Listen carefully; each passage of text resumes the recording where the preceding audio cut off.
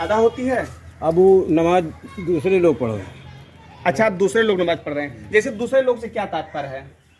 जिन्नात देखता अच्छा, नहीं है। मतलब अब यहाँ पर जिन्नान नमाज अदा करते अदा हैं। करते हैं और उसके बाद कहीं कोई आया आदमी तो अदा कर दिया नमाज। अच्छा, आप लोग भी कभी आए हैं नमाज पढ़ने के हाँ, लिए? नमाज पढ़ा जाता है आके। नमस्कार, क्राइम जंक्शन में आपका स्वागत है। आज उत्तर प्रदेश के बलरामपुर जनपद के चित्रौला तहसील में मौजूद हैं। यहाँ पर हम आपको बताना चाहेंगे, दिखाना चाहेंगे कि यहाँ पर एक राजा हुआ करते थे जिनका राजमहल आप देख पा रहे हैं कि उनका राजमहल यहाँ पर मौजूद है। और फिलहाल इनकी जो फैमिली है इस समय वो लखनऊ में रहते हैं या और अन्य कहीं भी रहते हैं, जहाँ भी रहते हैं। वो राजा इतने अपने आप में देखा जाए तो उनकी जो बातें बताई जा रही हैं इतने सीधे साधे भोले भाले, और लोग अपने अपने तरीके से वो अलग अलग बातें रखेंगे। वो अलग की बात है कि कुछ लोग उनको मूर्ख भी कहेंगे, लेकिन अगर जो हमारी दृष्टि से देखा जाए, जो यहाँ के लोगों के नज़रिए से देखा जाए, तो वो संत महात्मा के जैसे हुआ करते थे। वो मुस्लिम समुदाय से होने के बावजूद भी उनके जैसे कि अगर जो कभी भी मुस्लिम की बात आती है तो कट्टरता की बात आ जाती है हमेशा की। बहुत उग्र स्वभाव के होते हैं, लेकिन ऐसी बातें ना हो करके वो कहीं ना कहीं महंत स्वभाव के, संत स्वभाव के बताए जाते हैं। उनके बारे में ये भी कहा जाता है कि जो राजा थे उनके यहाँ आकर के कुछ जो अन्य प्रांत के अन्य क्षेत्र के राजा होना चाहते थे, उनके माथे से तिलक उनके अंगूठे से तिलक अपने माथे पर लगवाते थे और कदाचित वो कहीं ना कहीं राजा हो जाया करते थे। उनके बारे में यही नहीं, बहुत और ढेर सारी मान्यताएं हैं। जैसे कि बताया जाता है कि वो कभी दौरान एक हेलीकॉप्टर लेकर के आए और हेलीकॉप्टर ज़्यादा ऊंचाई पर उठने के बाद में जो मस्जिद थी, मस्जिद से ज़्यादा ऊंचाई हो गई, तो फिर इसलिए वो हेलीकॉप्टर को एक बार उड़ान भरवाने के बाद में नीचे उतरवा दिए, फिर दोबारा उस हेलीकॉप्टर को उड़ने नहीं दिए और वहीं पड़े पड़े वो हेलीकॉप्टर सड़ गया। यहाँ के जो लोग मौजूद हैं उनसे हम जानकारी लेकर के आपको पूरी बात उनके बारे में बताएंगे। अब हम सीधे यहाँ के जो लोग मौजूद हैं उनसे बात करके उसके बाद में नवाब मुमताज़ अली खां के बारे में, जो यहाँ के राजा हुआ करते थे, नवाब मुमताज़ अली खां के बारे में पूरी जानकारी आपको करवाएंगे। यहाँ पे आप देख सकते हैं इनके राजमहल में, इनके राजमहल की नक्काशी बता रही है कि राजमहल था। ये मकान आप देख रहे हैं, इसकी नक्काशी बता रही है कि ये राजमहल था। और दूसरी तरफ हम आपको दिखा दें जो कि ऊंचाई से ऊंचा दिखाई पुराना महल, पुराना इमामबाड़ा हुआ, पुराना महल इनका हुआ करता था। उसके बाद में जब वो खंडहर होने के या पुराना हो गया, तो पुराना होने के बाद में उसको इमामबाड़े में तब्दील किए और इधर अपना नया राजमहल बनवाया। नया राजमहल इनका जो बना वो देखने में इसकी खूबसूरती आज भी बहुत ही खूबसूरत है। इसकी नक्काशी बहुत अच्छे से दिखाई पड़ रही है। दूर से ही देखने से ही पता चलता है कि ये राजमहल हुआ करता होगा। यहाँ पर हम आपको दिखा दें कि ये कुआं हुआ करता था। इसके बारे में बताया जा रहा है कि ये कुआं हुआ करता था, जिसमें से लोग पानी निकालते थे पीने के लिए, स्नान करने के लिए। और बगल में ही एक स्विमिंग पूल भी बना था। उस दौरान में स्विमिंग पूल का बना होना बहुत ही अपने आप में दुर्लभ पाया जाता है। स्विमिंग पूल नहीं हुआ करते थे, लोग तालाब और नदियों में नहाते थे, लेकिन राजा के यहाँ का जो व्यवस्था था वो इनके राजमहल के अंदर ही, इनके परिसर के अंदर ही स्विमिंग पूल हुआ करता था। अब राजमहल के बाद में जो राजा साहब का पुराना महल हुआ करता था, हम वहाँ पर मौजूद हैं। राजमहल के बाद में हम आपको सीधे पुराना महल उनका दिखाना चाहेंगे कि पुराना महल का आप देख सकते हैं कि वो खंडर दिखाई पड़ रहा है। उसके अंदर रेड़ आदि के पेड़ उगाए हुए हैं। केवल एक दीवार ऊंची सी खड़ी हुई दिखाई पड़ रही है। उसके एक बल्ली से अगर जो देखा, बल्ली के उस पार से जो दीवार दिखाई पड़ रही है वही दीवार उनका महल हुआ करता था। इसके बाद में इधर राजा साहब का कब्र बताया जा रहा है और यहीं पर ये इमामबाड़ा बना हुआ है। अब हम सीधे यहीं पर एक रहने वाले हैं, यहाँ के निवासी हैं, इनसे हम बात करेंगे। ये और विस्तार से थोड़ी सी जानकारी देंगे कि राजा साहब कैसे थे, कैसे क्या जो उनके यहाँ की व्यवस्था थी, वो सारी चीज़ें वो बताएंगे। क्या नाम है भैया आपका? जमाल जी, ये बताइए, ये जो मकान बना हुआ है, इधर भी बना है, उधर खंडहर बना पड़ा हुआ है, ये क्या है? ये पुराने मकान राजा साहब के थे, ये इमामबाड़ा जी। अब वो नया सामने बना हुआ है जी। ये इतना हम जानते हैं। बाकी यहाँ राजा साहब का कब्र बना हुआ है। राजा साहब के बारे में बताया जाता है कि राजा साहब बहुत ही दयालु प्रवृत्ति के थे, संत महात्मा जैसे होते हैं, संत महात्मा के स्वभाव की ओर किसी को परेशान नहीं देखना चाहते थे। उनके बारे में बताया जाता है कि उन्होंने जानवरों तक को भी कंबल आदि का वितरण करवा दिया था। मैंने सुना, देखा नहीं है। सुने हैं आप, क्या था वो पूरा प्रकरण बताइए, कैसे क्या था कि किस तरीके से लोग मतलब ये जानवरों को ऐसे कंबल आदि वितरण करवाने का जो मामला आया, एक ऐसी बात आई, क्या हुआ? वो कहते थे साथ में कि जो है सब रोड है, कंबल ठंडक लग रही है उनको, जानवरों को ठंडक लग रही है। फिर राजा साहब जानवरों को वितरित करने के लिए कंबल दे देते थे और लोग लेके जाके क्या करते थे वितरित? वो तो बन जाने क्या करें। उस जैसे कि अगर जो देखा जाए जानवरों को वितरित तो किया नहीं जा सकता है कंबल, तो निश्चित रूप से कहीं ना कहीं राजा साहब के साथ में छल हो रहा था उस दौरान, यही है ना? ये क्या बना हुआ है? ये राजा साहब का कब्र बना हुआ है। अच्छा, इसके बगल में मस्जिद है। भाई ये अंदर राजा साहब का ही अकेले का कब्र है। राजा साहब का जो कब्र बताया जाता है, हम सीधे वहां पर पहुंच गए हैं और इससे बगल ही राजा साहब की पुरानी हवेली, जो पुराना महल हुआ करता था, यहीं पर ये राजा साहब का कब्र बताया जा रहा है कि राजा साहब का कब्र जब उनका देहांत हो गया, उनका मौत हो गई, उनकी मौत हो गई, मौत होने के बाद में उनको यहीं पर दफन किया गया है। उसके बाद में हम आपको दिखा दें कि ये क्या हुआ करता था। अच्छा, ये मस्जिद हुआ करता था उस दौरान, ये मस्जिद हुआ करता था।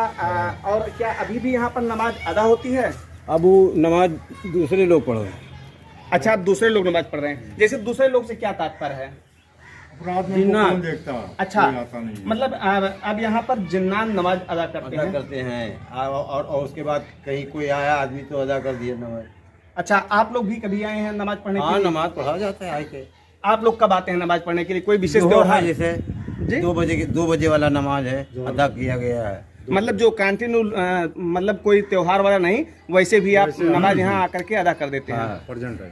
क्या किसी प्रकार से जैसे जो जब लोग नमाज अदा करने आते हैं तो उनको कैसे महसूस हुआ कि यहाँ पर जो जिन जाद हैं या प्रेत आत्माएं हैं, वो कैसे, क्या नाम है, कैसे महसूस हुआ कि क्या नाम है? अब दिखलाई नहीं दे रहे। दिखलाई नहीं दे। मतलब लोगों का मानना है कि यहाँ पर जो जिनजात हैं वो नमाज अदा करते हैं, बराबर करते हैं। किसी प्रकार से जैसे कि कोई रूहानी ताकतें जो भी होती हैं, तो रूहानी ताकतों के बारे में किसी प्रकार से मतलब कोई साक्ष्य कभी कोई कुछ मिला है कि नहीं मिला है? नहीं, कोई कुछ नहीं, कोई ऐसा कुछ नहीं मिला है। मतलब लोग केवल कह रहे हैं कि यहाँ पर रूहानी ताकतें आकर के उसके बाद में नमाज अदा करती हैं। हाँ, बराबर सही है। तो इसके बाद में हम आपको सीधे लेके चलते हैं जो यहाँ पर हम अभी जो यहाँ पर मस्जिद है, मस्जिद से हम तो निकल चुके हैं। इसके बाद में हम सबसे पहले आपको दिखा दें कि यहाँ से भी देखिए दिखाई पड़ रहा है राजा साहब का जो माल का दीवार हुआ करता था। कभी ये राजा साहब का माल हुआ करता था और बहुत मोटी दीवार जिस तरीके से दिखाई पड़ रही है कि वो बहुत ही प्राचीन है।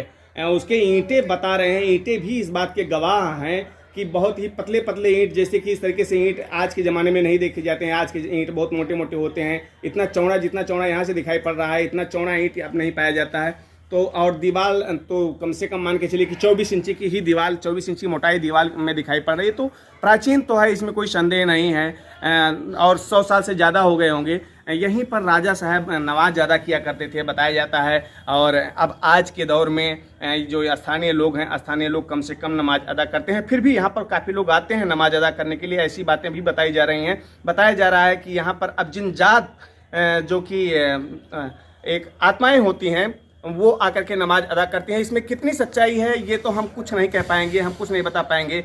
लेकिन लोगों का मानना ऐसा है कि यहाँ पर जिनजात आकर के नमाज अदा करते हैं। हमारे पास एक बुजुर्ग मौजूद हैं और हम इनके बारे में भी थोड़ा सा जानेंगे। उसके बाद में जो राजा साहब हुआ करते थे, राजा साहब के बारे में भी जानकारी हासिल करेंगे। देखते हैं क्या बताते हैं। क्या नाम है दादा आपका? हमारा नाम सफीउल्लाह सिद्दीकी रहमानी। कितनी उम्र होगी इस समय आपकी? इस वक्त हमारी 66 से कम नहीं। अच्छा, ये बताइए दादा, जो यहाँ पर राजा साहब हुआ करते थे, बताया जाता है कि वो संत टाइप के थे। बटवाए दो, फिर उसके बाद में यहाँ फिर हुक्का हो बोले जाते। उनका स्वभाव है बोलना। हाँ, बोलना स्वभाव है जी। कहना आप क्यों बोल रहे हैं? कहना आपको हाथ उठा के दुआ दे रहे हैं। वो दुआ दे रहे हैं, दुआ दे करके मतलब कहीं ना कहीं जो उनके ही कर्मचारी थे वो उनको छल रहे थे, कहा जा सकता है।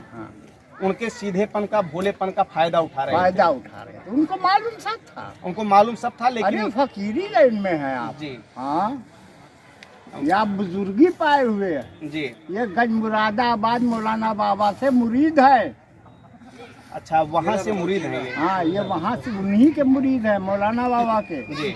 हाँ, उनके बारे में एक और बात बताई जा रही है कि कोई हेलीकॉप्टर भी लेकर के आए थे। हाँ सुनिए, लखनऊ बुलाए थे जी सब 52 राजा थे उत्तर प्रदेश में 53, जी तो इनको सबको बुलाया गया था। जी अंग्रेज बुलाया था चंदा के लिए, जी तो गए जी और उनके साथ में हमारी दादी भी गई, दूध पिलाई थी इनकी शहजादा, बड़े शहजादा की, जी वो भी गई थी। जी हाँ, अब उसके बाद में यहाँ वहाँ जब कहीं राजा उतरौला की गाड़ी आएगी तो अंदर आने देना गेट के, जी और बाकी सबकी गाड़ी बाहर खड़ी रहेगी।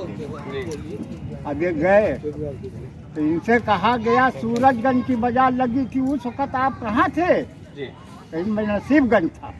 क्या कहें? अच्छा, उस दौरान मैं नसीबगंज था। हाँ, मैं नसीबगंज था उस वक्त। जी हाँ, अब उसके बाद में यहाँ चंदा के लिए बात हो लगा तो सब राजा जुटे हैं, जी तो किसी कोई 25,000, कोई 30,000 ऐसे ऐसे सब लिखाई, जी थोड़ा देर थोड़ा डाक द्वारा भेज देवे, जी और इनसे कहीं 1 लाख रुपया लिख लो। जी सिपाहियन से कहीं भाई थैली निकाल लो, सब जी थोड़ा जो गिन ले, 1 लाख रुपया इनको दिया था। अच्छा तो उसी के उसमें जो है इनको खुशी में अंग्रेज जो है एक जहाज दिया छोटी। अच्छा, छोटा हेलीकॉप्टर दिया। हाँ, छोटा हेलीकॉप्टर नहीं था, जहाज ही था। अच्छा। जैसे सर्कस वगैरह में छोटा जहाज।